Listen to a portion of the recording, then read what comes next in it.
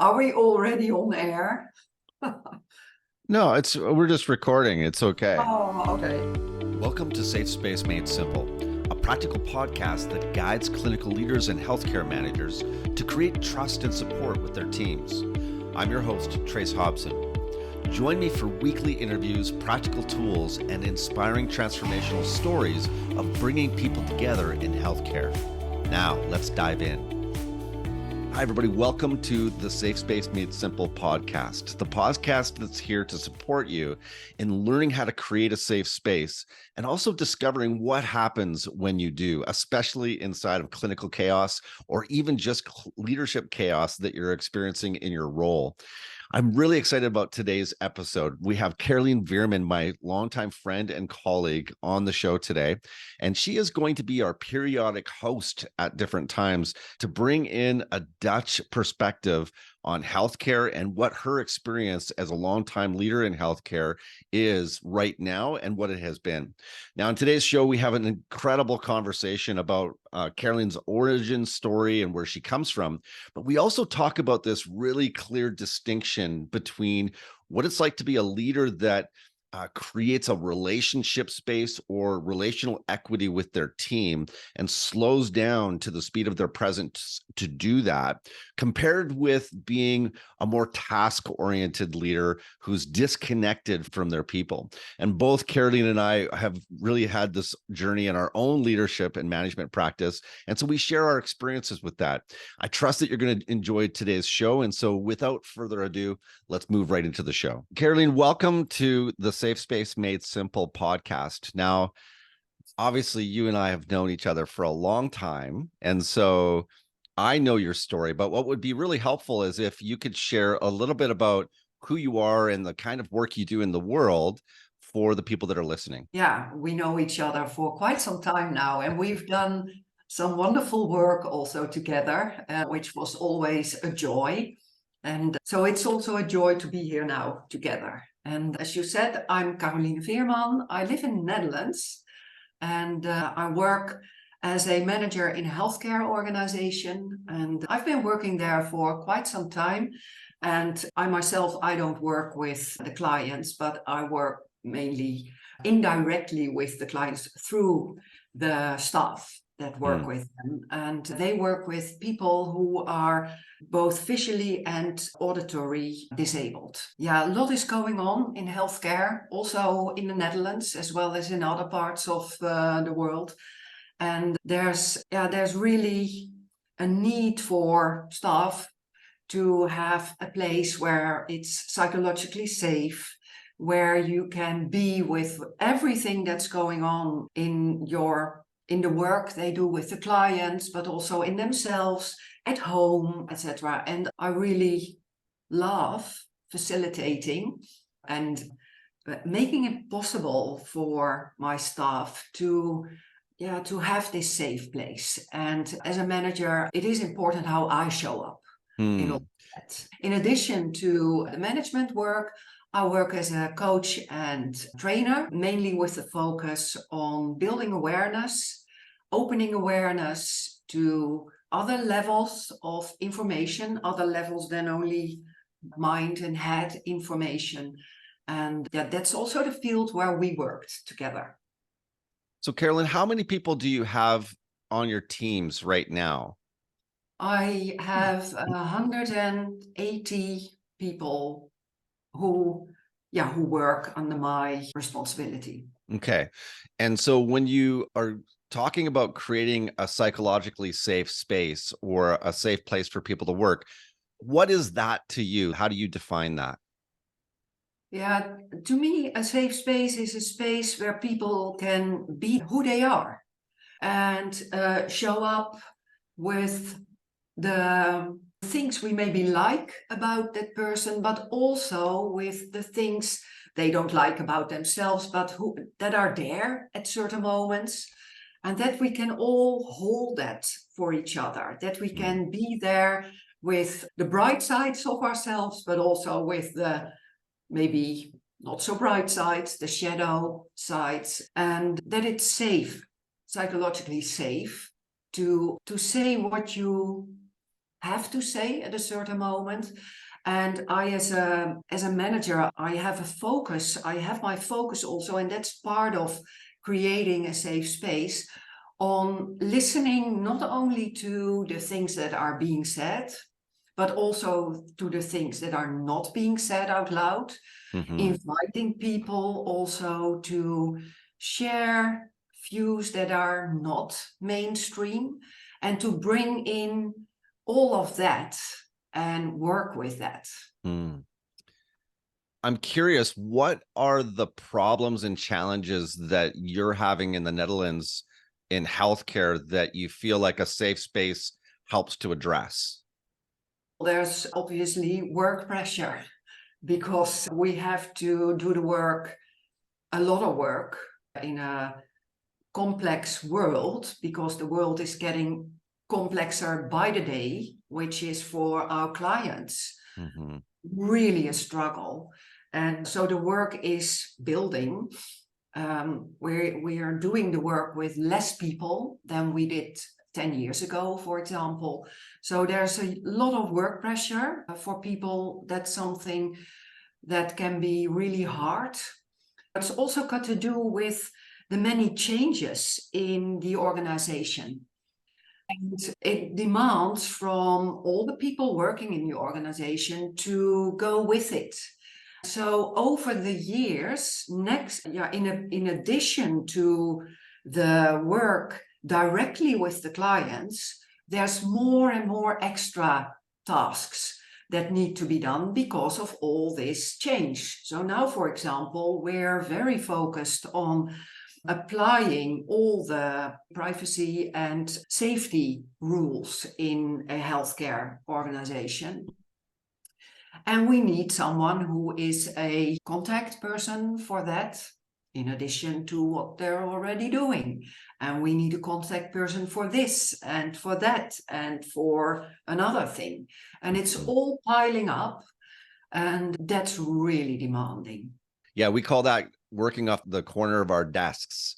So the people that are already there, that have all kinds of things to do already, they get more and more added to the side of their desk until finally it gets so high that they just can't get everything done. And I'm curious about what you've noticed over the years that creates for people, that kind of pressure and that stress. What are some of the stakes we're talking about in people's lives?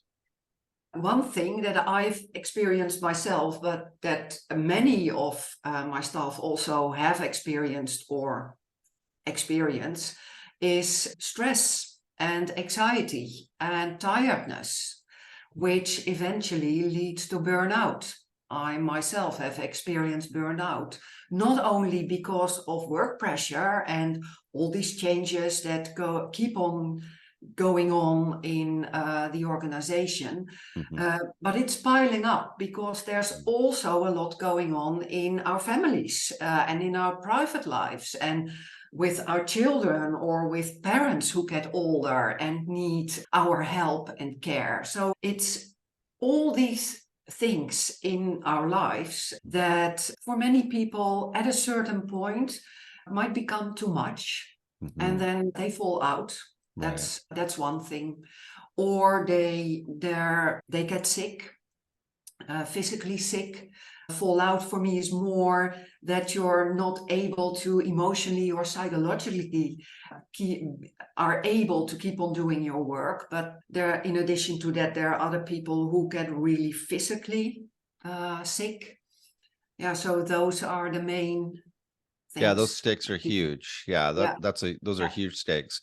I know that you've experienced that in what you shared about burnout just now. And I've also experienced the same things, physical impacts and big challenges with relationships, and also burnout too. So yeah, I guess that makes me curious what your experience is then with a safe space and how that practically helps. Because if you look at this, we're talking about some pretty big systemic problems we have all over the world. We have them in Canada. It sounds like you have them in Holland too, where we're being asked to do more with less and faster times, and more is getting piled on. And along with that, the work is already complex. It already has lots of demands in it.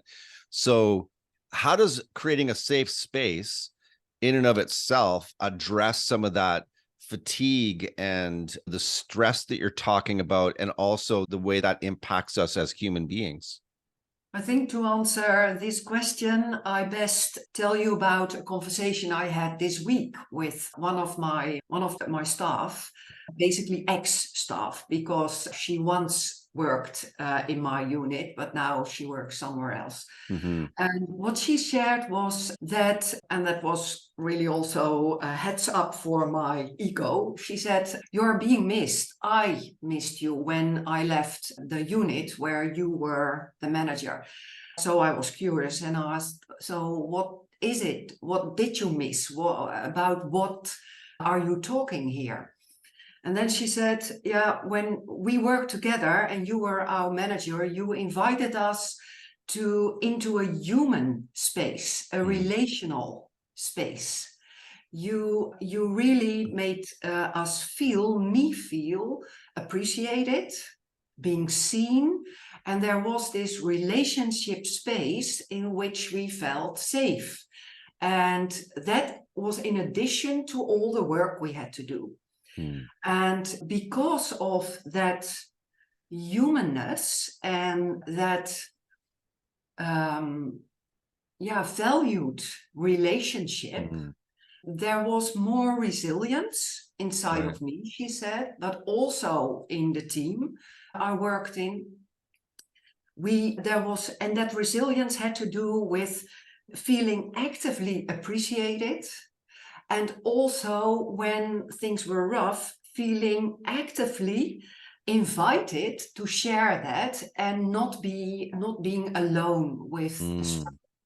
Yeah. This is really important, and it makes me want to double click on this a little bit, because I was also in a recent conversation with someone who was talking about how difficult it is to acknowledge and appreciate all the people on their team. And what you're describing, it sounds like your staff person was saying that somehow that showed up in the space that you created. And what you're talking about isn't the same as what we would see in big organizations, I don't think. When we do appreciation and recognition programs, oftentimes people get little gifts or little things.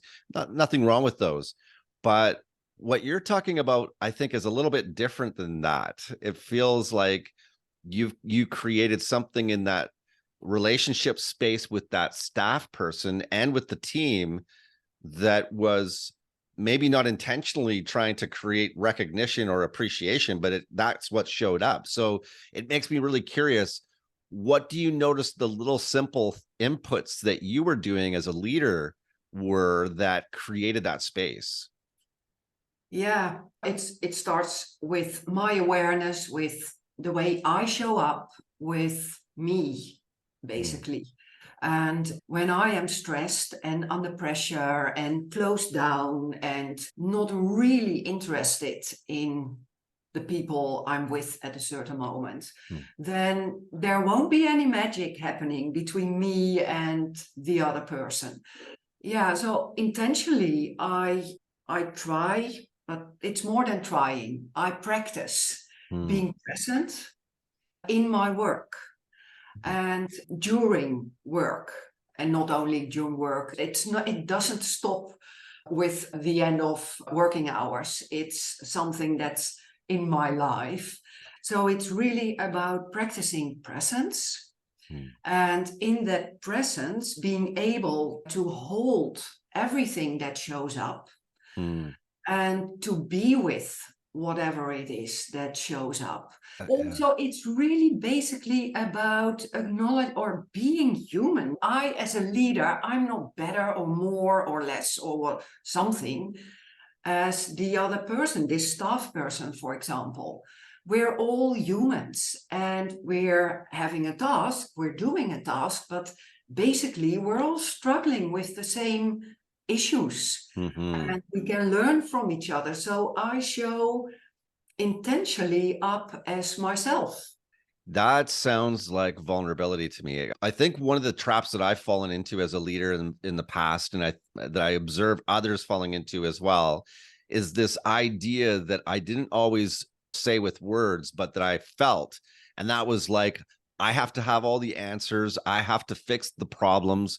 When people come to me with complaints or things that they're sharing that they're not happy about, I really actually felt like that was personally on me to do something about that. And I learned the hard way that's impossible. You just can't possibly fix all the problems.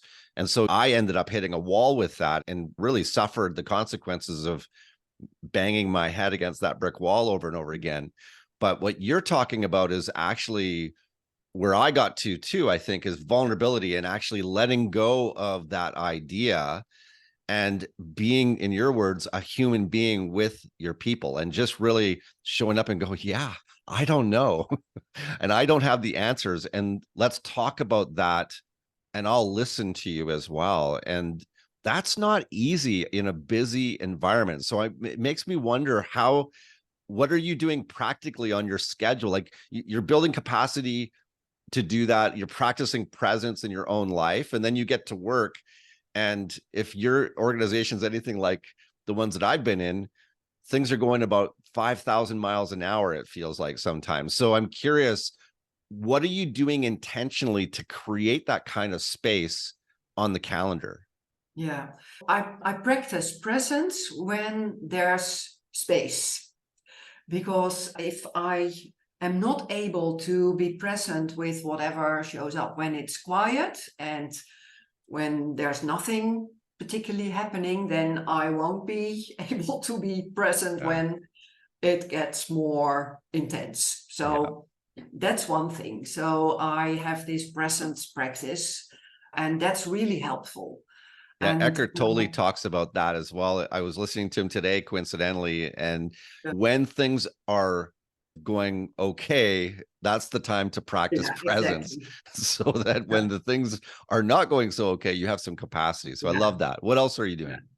Other things, I block hours in my calendar where there's space, because when I'm fully booked during the whole day, going from meeting to meeting, I, at the end of the day, will be a zombie. Yeah, I will be alive. yeah. So I changed the meetings I have from regularly 1 hour meetings to 45 or 50 minutes. So that gives me every hour 10 minutes to, well, to remember my presence practice, to maybe soften the out breath, because that's one active exercise I do very often.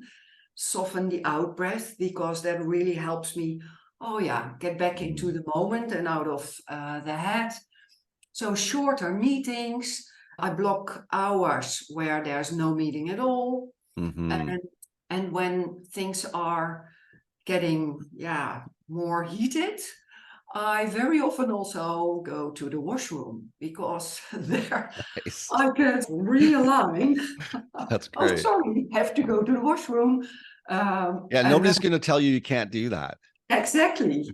And that's perfect to It is realign. perfect. Yeah, that's great. I love what you're sharing about that. I think that there's a couple things that pop up for me when you're sharing that. The first one is that I remember in my management when I really started to hit the wall in my leadership role, and I had to start to block out time like you're talking about. And I used to feel so guilty about that. And I even would hide it from people because I didn't want them to know. And then I realized like there's some kind of a belief that's going on for me that says that I can't give this to myself. And I had to really cultivate some new ideas and beliefs about that. And it makes me wonder, what kinds of beliefs have you created? First of all, can you relate to that? I don't know if you can. And then second of all, what were some of the beliefs that you had to cultivate so that you could block out time just to slow down and be present? Yeah, and certainly I can relate to it. And I was like that too, that I thought I always had to be on top of everything. Then burnout happened, because there was a pattern, perfectionism, control, wanting to control, that in the end wasn't sustainable. And so I had to work with the beliefs that things had to be perfect. in the way that I had that I thought or think what perfectionism is. That's very subjective, what perfect is. And so I really had to work with the relativeness, don't know if that's correct English, but the knowing that everything is relative. Perfectionism is relative, control and what you need to control, it's all relative. Relative to what do you think? Yeah, relative I mean with that I have an idea about how I should do my work, but that's only my idea. Yeah. It's not the absolute truth, because somebody else will have another idea. Understanding and really feeling that everything is relative in that way, that there's not an absolute truth about anything. That really opened up space and space to make a conscious decision that being present is just as important as getting things done.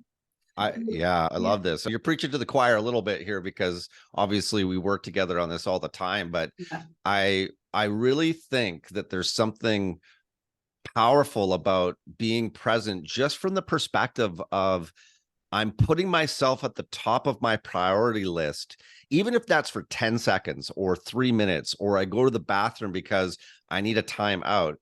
What I'm doing there is giving myself space and time to have capacity and to take care of myself, because nobody else is going to take care of myself. I'm the one that's responsible for that. And in fact, if I don't put the oxygen mask on my own face, I'm not going to be there for anybody else. And I know that mentally, but it wasn't until I actually started to practice this that I realized my stories about what's relative. So I'm supposed to be able to be there for everybody all the time, answer all the questions, know everything, solve the problem. That's insane when I actually thought about it. And then to take that time out, what that started to create inside of me was a realization after the fact that I would show up differently with people, because I'd have a little more space and a little more energy to be present with people. Yeah, I really appreciate what you're sharing about that. I think that's really powerful.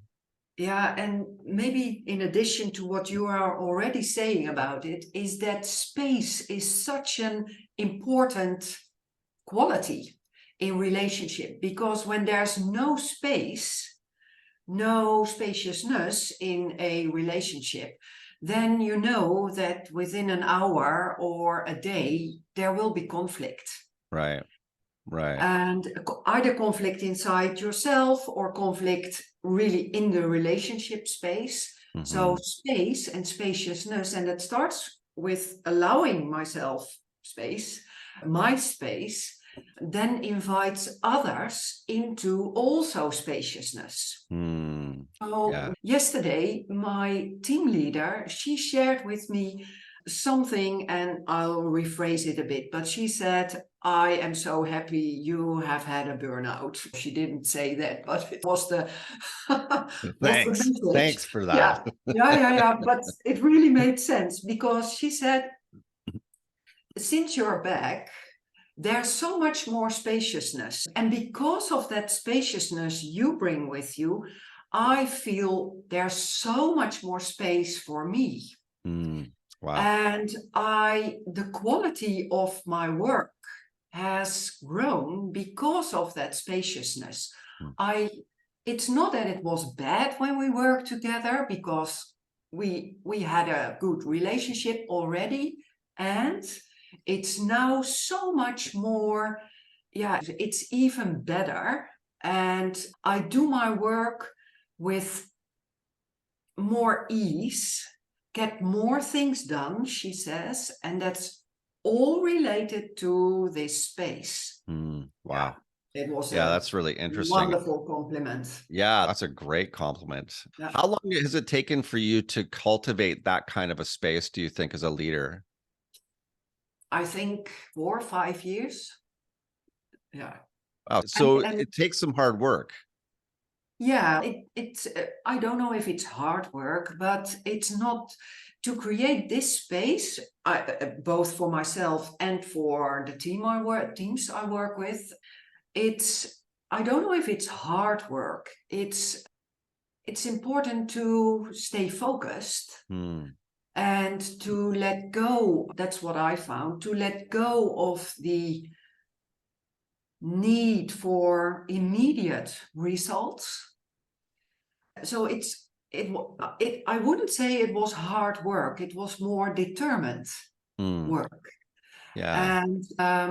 And it's not that it's taken 5 years before there were any results and there were any conversations like I had yesterday with my team leader, that there were already conversations after the first 6 months or something like that, and recognition. But it's building.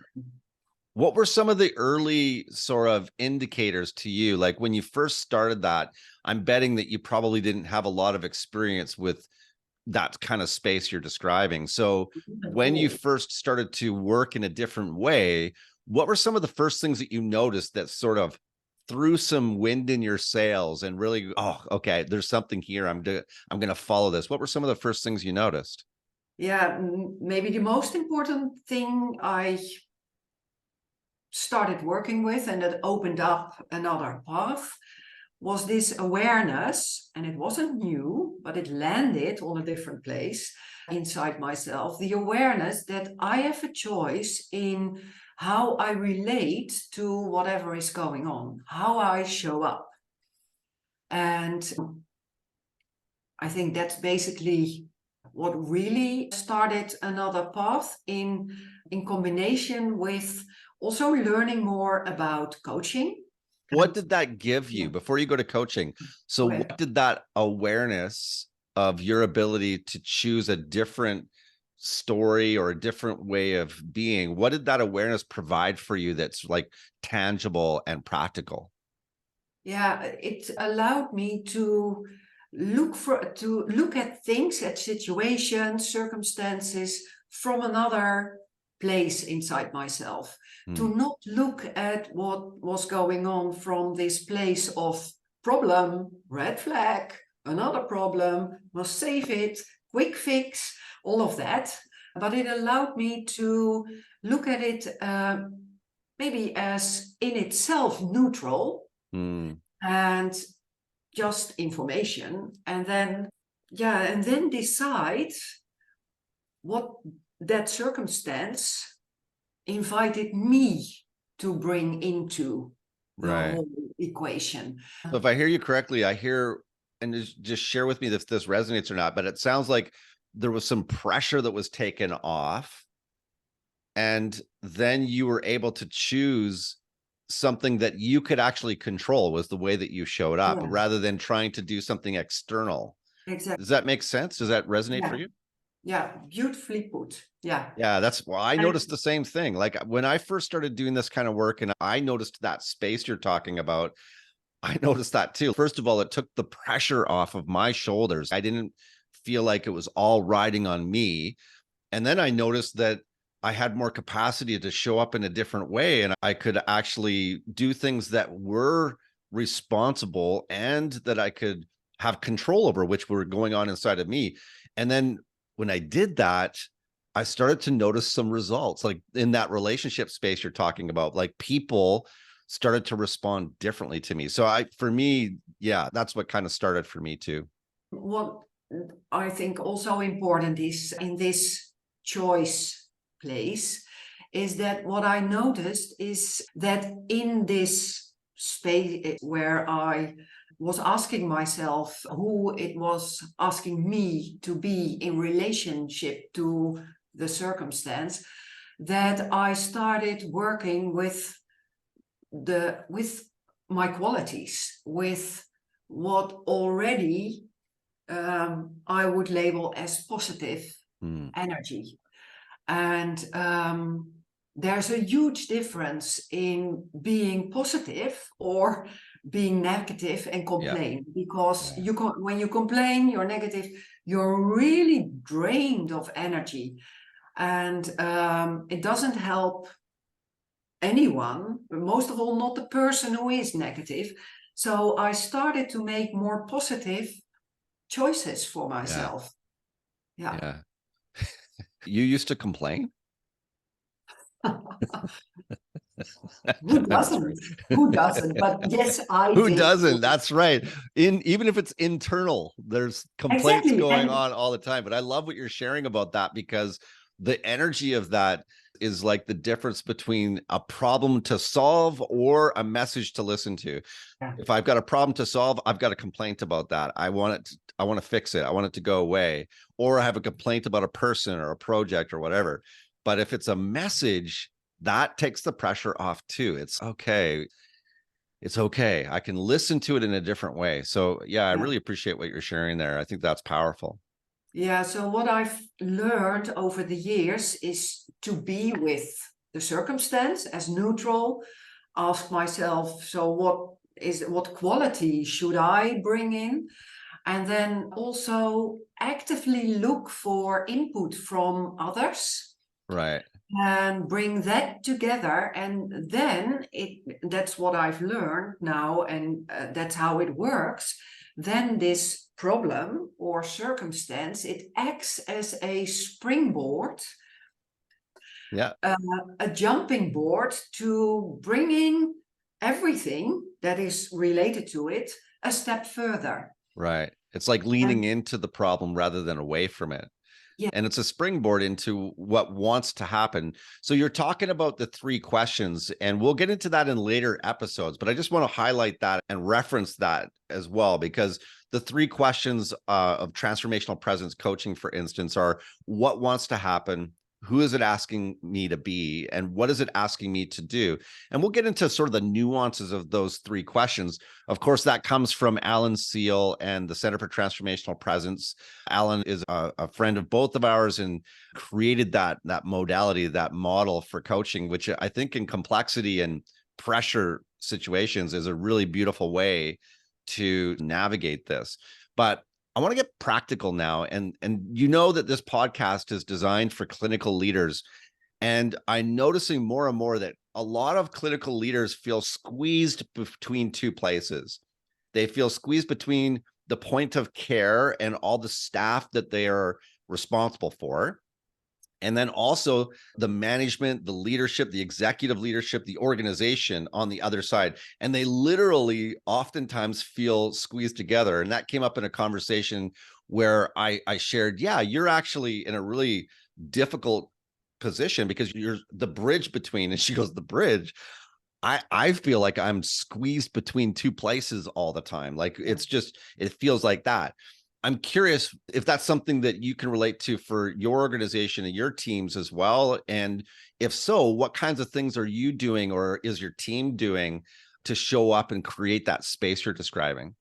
Yeah, I can relate to it, definitely, because I too am in a role or a position where it's very easy to get squeezed, exactly in the way as that person you were talking to is describing. Yeah, I don't know exactly what I'm doing. Maybe you can help me with some Sure. questions. Yeah. But I don't feel squeezed. Although I am in a position, a management position, where I could easily be squeezed the different levels. I am not squeezed. When you look back at the times maybe when you did or have felt squeezed between those 2 places, what were some of the thoughts and feelings that you had in that time as you look back at it from where you are today? I think what probably has changed is that also, and that starts again internally, that when I felt squeezed, I was looking at higher management levels or staff being higher and lower. Right. There's already something in higher and lower because then you're in the middle and then it's easy to get squeezed. So I don't look at it anymore as higher or lower because we're all working together and we're having different responsibilities, but we are doing it together. And probably that is or maybe that is key in why I don't feel squeezed anymore. Mm. I, over the years, learned to not look at the other as a potential enemy. Yeah, we're in it. We're in it together. We're not in it. Yeah. Although I think sometimes in organizations that are still very hierarchical, I understand why somebody does feel squeezed. So it sounds to me like maybe you're not personalizing that in the same way that you used to. And for me, I know I felt this too, like felt squeezed between two places. And the thoughts that would go through me were things like, I've got to fix this. This is my fault. This complaint is somehow my responsibility. I would have a little bit of also what we call here in Canada, imposter syndrome. If I don't fix this, then maybe I'm not competent to do this job. And then I would feel anxiety. I would feel a lot of anxiety, but the anxiety would be below reactiveness and busyness and all of that. So for me, what's changed now is related to what you've shared. I love that because I really appreciate what you're sharing about leveling the playing field. We aren't in a hierarchy. Actually, we're all human beings working together.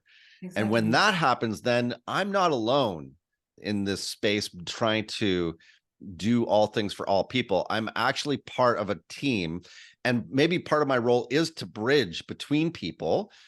But if people don't want to drive over the bridge, that's not my responsibility. I can't take responsibility for that part. So I think there's a sense of depersonalization and not being enmeshed with people, and also power in letting go of all that responsibility and looking to myself and my ability to respond in any given moment. So that's something we're going to unpack in the coming weeks as well. Does that resonate for you? What are your thoughts as you listen to what I share there? Yeah, it does resonate very much. And what comes to mind also when you're listening to you and as you're talking, is that this leveling, bringing it on a horizontal level, that we're all human beings doing our jobs, etc., that really starts also inside again. Right. Because when I make myself, afhankelijk, what's the word? I don't know. I can't translate Dutch. No, you can't help. So when I wait for my director, for example, to allow me to bring in a horizontal connection where we're not enemies, but we're working together. When I wait for my director to allow that space or that energy or whatever to happen, then I can wait really, really long. It'll never happen. It will never happen. No, I get it. It's an inside job. That's interesting. Yeah, that's asking something of you as a leader to actually take care of your responsibility for you, and also not wait for your director or anybody else to give you permission. Like, you have to give yourself the freedom to do that. Yeah, that's a really important piece, I think, that you've touched on there. Yeah, and on the outside, I'm still really honoring the difference in responsibility we have, and the difference in what we're allowed to do or to find or to decide. But internally, I don't make myself either more than one who I'm talking with or less than what you're saying now is really important, because I've been thinking about this, and it's a bit of a nuance with what you're sharing.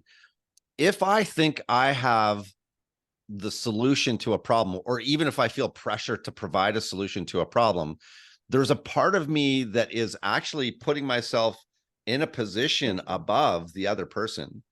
And that is inappropriate. Like, how do I know what to do? We need to actually work together to discover together what it is. And if you tell me what it is to do, independent of a group, then the same things just happen. That person has made themselves into a position above.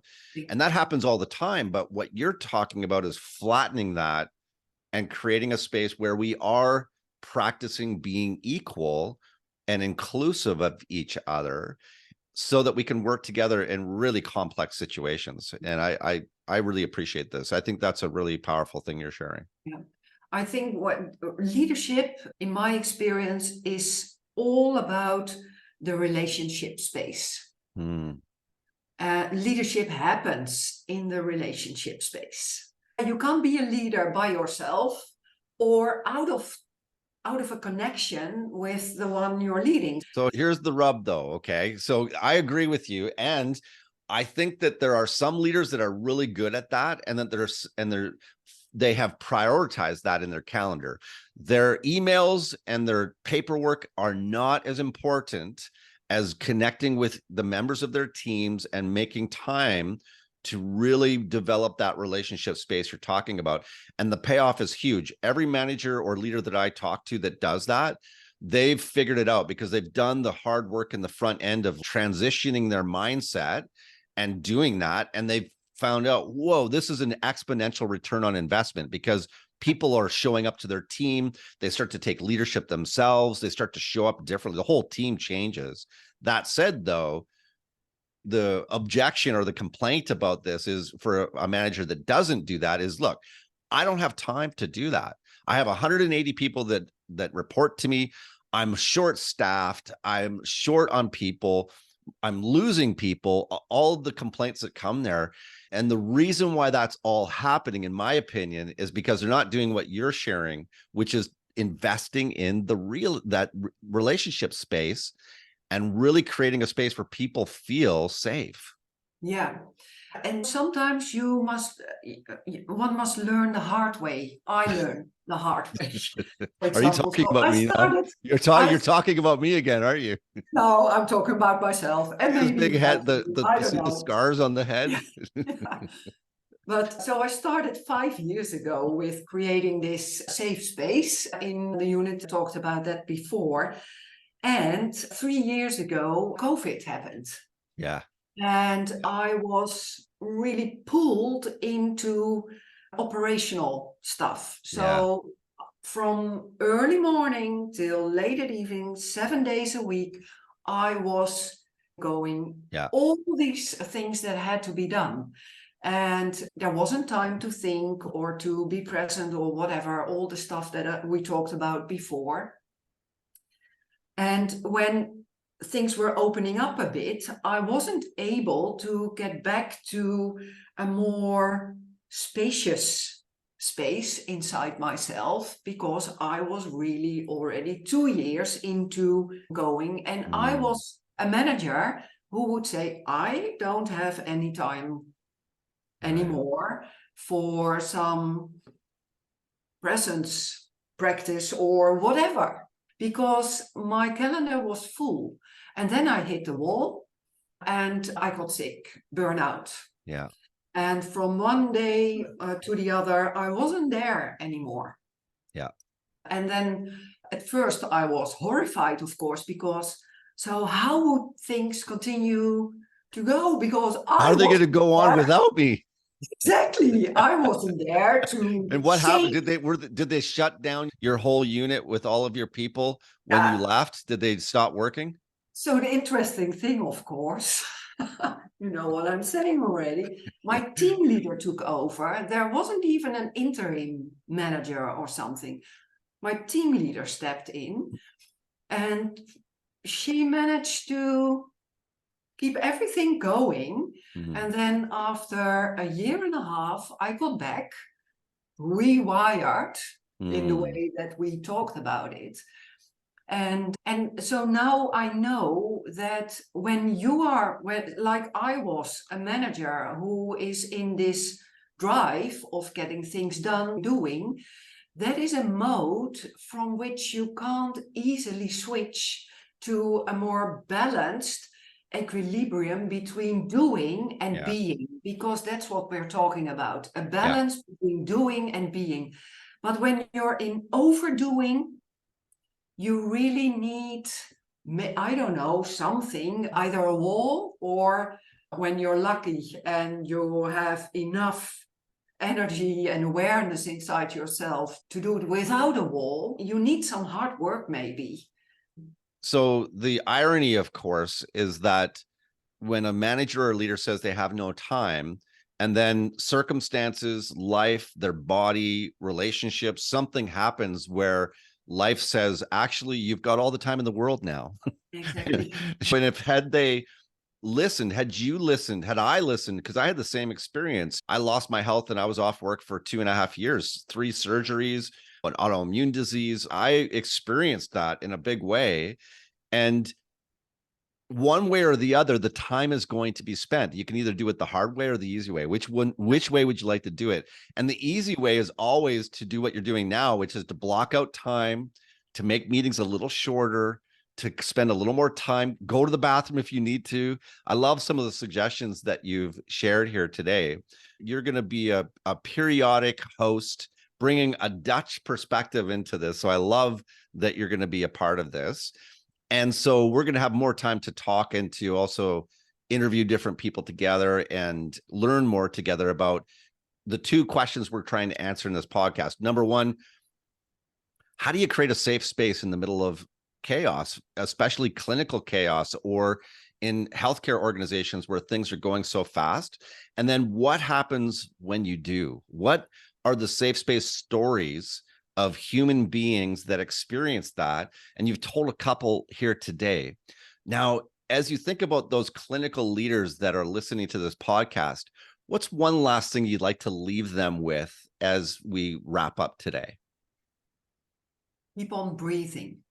Keep on breathing. Keep on breathing.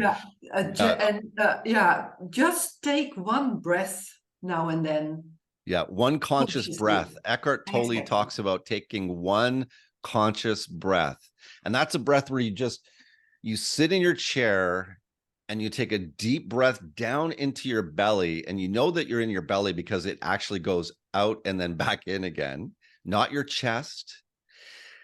And then you take another one of those, and that takes about 5 seconds to do that. So I think that's a great suggestion. Caroline, thank you so much for being here. It's been great to talk with you, and I'm looking forward to future conversations as well. Me too. Leuk. Leuk? What does leuk mean? Leuk, nice. Goed bezig. Goed bezig, yes. Gezellig. Oh ja, gezellig. Gezellig. Cozy. Yeah. Okay, so that's the end of our episode. I trust that that served you and that you got as much out of it as I did and Caroline did. By all means, go ahead and subscribe to our podcast if this is serving you, if you feel that this resonates with you and you'd like to learn more. We have episodes that come out every Tuesday. And if you'd like to leave a comment as well about the podcast, that'd be very helpful as well for other people who are trying to find the same kind of support. Now, in today's episode, Caroline and I talked about a lot of different practical things that you can do. And so if you'd like to get that tip sheet, click the link below and request access to it, and you'll be able to action that right away. Thank you so much for staying until the end of the podcast. Both Caroline and I appreciate you and the work that you're doing. And we trust that this, in some small way, gave you a taste of the power of creating a safe space for you and for your team. Have a great day today. And remember, be well.